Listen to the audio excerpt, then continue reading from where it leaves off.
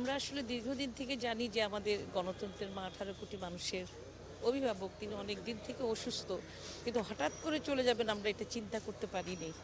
আজকে ঘুম থেকে উঠে যখন শুনলাম তখনই চিৎকার করে ঘুম থেকে উঠে খালেদা জি আর জন্ম হবে না এই দেশে। উনি অনেক আপসীন নেত্রী, উনি দেশের জন্য সংগ্রাম করেছেন। জনগণ, উনি বলেছিলেন আমি এই দেশের জনগণকে ফেলে কোথাও যাব না, এ দেশে আমি থাকবো।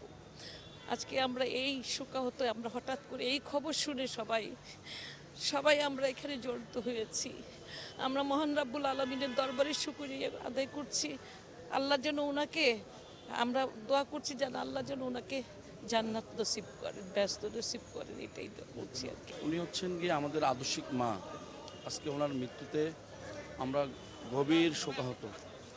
উনি একজন ক্ষণজন্মা মানুষ। ওনার মৃত্যুতে সারা জাতি আজকে শোকাহত, পাশাপাশি আমরাও শোকাহত। আমরা মহান রাব্বুল আলমীর কাছে দোয়া করি আল্লাহ যেন ওনাকে ব্যস্ত নসিব করে।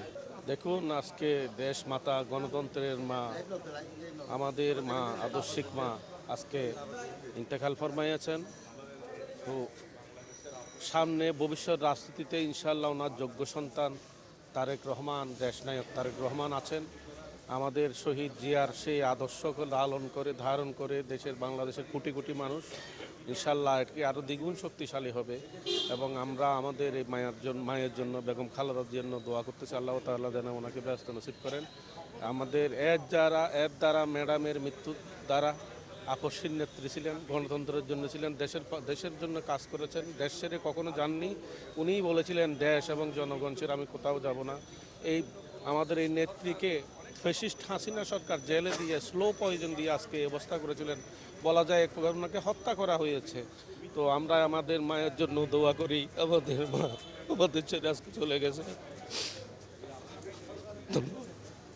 বিসমিল্লাহির রহমানির রহিম। আসলে আমি সংযুক্ত আরব আমিরাতে দীর্ঘদিন পর্যন্ত দায়িত্ব পালন করে এসেছি বাংলাদেশ জাতীয়তাবাদী দলের। তো ইতিমধ্যে আজকে যে এই দুর্ঘটনা আমাদের মাঝে চলে আসলো, দেশনেত্রী এবং খালেদা জিয়ার মতো, আমি মনে করি আগামী 100 বছরের মধ্যেও এশিয়ার মধ্যে এরকম নেত্রী প্রতিষ্ঠিত হবে বলে, জন্ম হবে বলে আমি মনে করতে পারতেছি না। তার যে দক্ষতা, রাজনীতিবিদ ছিলেন তিনি, হাউস ওয়াইফ থেকে ঘরে এসে দেশকে যেভাবে পরিচালনা করেছেন, 3 বারের প্রধানমন্ত্রীর দায়িত্ব পালন করেছেন, সেই হিসাবে আমি মনে করি পুরা বিশ্বের মধ্যে ওনার নামটা ছড়িয়ে পড়েছে এবং এশিয়ার মধ্যে প্রথম মহিলা প্রধানমন্ত্রী ছিলেন। এবং ওনার মৃত্যুতে আজকে আমরা সবাই শোকাহত। আমি ওনার পরিবারের সবাইকে সাথে সমবেদনা জ্ঞাপন করছি, ওনার আত্মার মাগফিরাত কামনা করছি। মহান রব্বুল আলমিনের কাছে আমরা সবাই প্রার্থনা করছি যেন তাকে জান্নাতুল ফিরদৌস নসিব করে, সবাই যেন ওনার জন্য দোয়া করে, এই প্রত্যাশা রেখে আমি সংক্ষিপ্ত বক্তব্য শেষ। আমি যখন ছাত্রদলের একজন কর্মী, 1988 সালের উনি ট্রেনে করে চট্টগ্রাম সফরে আসছিলেন, সাংগঠনিক সফরে। কারফিউ চলছে বাইরে। আমি এবং আমার পাহাড়তলী থানা বিএনপির সাবেক সভাপতি কমিশনার শামসুল আলম সাহেব, আমরা পাহাড়তলী স্টেশনে ওনাকে রিসিভ করার জন্য দাঁড়িয়েছি। আমি গিয়ে উনি যে বগিতে ছিলেন উঠলাম, ওনাকে পায়ে ধরে সালাম করলাম। সকালে তখন 6টা, সাড়ে 6টায় হবে। উনি আমার মাথার উপরে হাত বুলিয়ে দিলেন। সেই যে মমতার হাত মাথার উপরে দিয়েছেন, জীবনের এই দীর্ঘ রাজনৈতিক পথ চলায় এটা আমার আশীর্বাদ হিসেবে কাজ করেছে। সবসময় এই মমতাকে সামনে রেখেই আমরা এগিয়ে গেছি। আরও অনেক স্মৃতি, কত স্মৃতি বলবো। উনি এই যে পাহাড়তলিতে আমার বাসার পাশে পাহাড় ধস হয়েছিলেন, উনি আসছিলেন। তা আমি সেই অনুষ্ঠানের আয়োজনের সাথে সম্পৃক্ত ছিলাম। যাওয়ার সময় উনি আলতো করে মাথার উপরে হাত বুলিয়ে দিয়েছেন। সর্বদলীয় ছাত্র ঐক্য করেছি চট্টগ্রামের। আমরা ঢাকায় গিয়েছিলাম, সব ছাত্র সংগঠনের নেতারা, বাংলাদেশের 4 দলীয় জোট যখন গঠিত হয় তার আগে আমি বক্তব্য সময় সেই অনুষ্ঠান সঞ্চালনা করছিলাম। বক্তব্য শেষের পরে উনি আমাকে ভিতরে নিয়ে গেলেন। এত খুশি হলেন উনি, বললেন যে যখন তোমার যে কোনো প্রয়োজনে যখনই তুমি আমার কাছে চলে আসবা সরাসরি। আসলে ওনার কাছে কোনো সাংগঠনিক অভাব অভিযোগ নিয়ে গেলে উনি মমতার সাথে শুনতেন। আমরা শুধু বাংলাদেশে এরকম ব্যক্তিত্ব সম্পন্ন, এরকম ওনার সামনে গেলে সব কিছু যেন ভুলে যেতাম, কথা বলার সাহস থাকতো না। এরকম ব্যক্তিত্ব সম্পন্ন নেতৃত্ব বাংলাদেশে আর দ্বিতীয়বার আসবে কিনা জানি না। উনি ওনার কথা রেখেছেন। উনি বলেছেন এই দেশে আমার একমাত্র ঠিকানা, আমার জন্ম এখানে, এদেশ থেকে আমি যাব না, এই দেশে আমার মৃত্যু হবে, এদেশের মানুষের কাছে আমি বেঁচে থাকতে চাই। আজকে উনি ওনার কথা রেখেছেন। আমরা ওনার আদর্শকে ধারণ করে আমাদের বাকি জীবন পথ চালা যেতে চাই। ওনার দেশপ্রেমকে ধারণ করে, ওনার সাহসিকতা ধারণ করে, ওনার আপোষহীনতাকে ধারণ করে আমরা আমাদের মাকে সব সময় আমাদের অন্তরে রাখি। নেত্রী বেগম খালেদা জিয়া যে একজন আপোষের নেত্রী, এই কথা আমরা যেমন জানি, ওনার কর্মকাণ্ড সেই কথা আমরা বারবার দেখেছি। ওনার সাথে জীবনে অনেকবার দেখা হয়েছে। দেখার মধ্যে সবচেয়ে একটা স্মৃতি আমার বারবার মনে পড়ে, সেটা হলো উনি জীবনে একটি কথা সব সময় বলেছেন, যা নেতা কর্মীদের উদ্দেশ্যে, আপনারা এলাকায় যান, কাজ করেন, গ্রুপিং করবেন না, সবাইকে ঐক্যবদ্ধ থাকার তাগিদ দিয়েছেন। এই স্মৃতি ভোলার মতো না। ধন্যবাদ।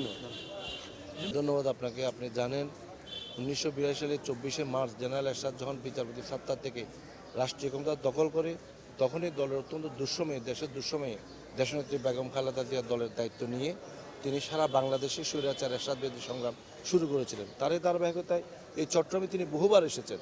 শুধু এসে জনসভা করে তিনি শেষ করেননি, তিনি লালদির পার থেকে জনসভা করে মিছিল করে নিউ মার্কেট হয়ে স্টেশনের হয়ে দেওয়ান গিয়ে শেষ করেছেন। সুতরাং ওনার সাথে আমাদের অসংখ্য স্মৃতি। সর্বশেষ 2012 সালে আমি গ্রেপ্তার হয়েছিলাম, 14 সালে বের হয়ে ওনার সাথে দেখা করতে গেছিলাম। তিনি পরম মানে মমতা দিয়ে তিনি সেদিন আমাদেরকে আলিঙ্গন করেছিলেন এবং আমাদেরকে উৎসাহ দিয়েছিলেন যে যতদিন পর্যন্ত দেশে গণতন্ত্র পুনঃপ্রতিষ্ঠা না হয়, ফেসিবাদের পতন না হয়, ততদিন পর্যন্ত যাতে আমরা রাজপথে থাকি এবং সততার সাথে যাতে দায়িত্ব পালন করি, তিনি সবসময় আমাদেরকে সেই নির্দেশনা দিয়েছেন। ধন্যবাদ। ধন্যবাদ। খালেদা জিয়া আমাদের যখন প্রধানমন্ত্রী ছিলেন, উনি চট্টগ্রামের জন্য চট্টগ্রাম বাণিজ্য রাজধানী হিসেবে ঘোষণা করেছিলেন। তিনি তার কথা অনুযায়ী তিনি প্রত্যেকটি ক্ষেত্রে কাজ করেছেন। এখানে বিশ্ববিদ্যালয় করেছেন, ইউনিভার্সিটি করেছেন, শিক্ষা বোর্ড করেছেন, রাস্তাঘাট উন্নয়ন করেছেন।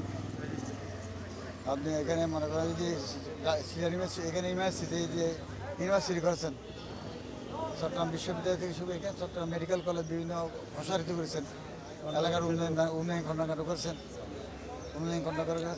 উনি যেভাবে করেছেন দীর্ঘ যতবারে ক্ষমতা ছিলেন 3বারে, ততবারই চট্টগ্রামের জন্য তিনি সবচেয়ে বেশি উন্নয়ন করেছেন, যেটা চোখে পড়ার মতো।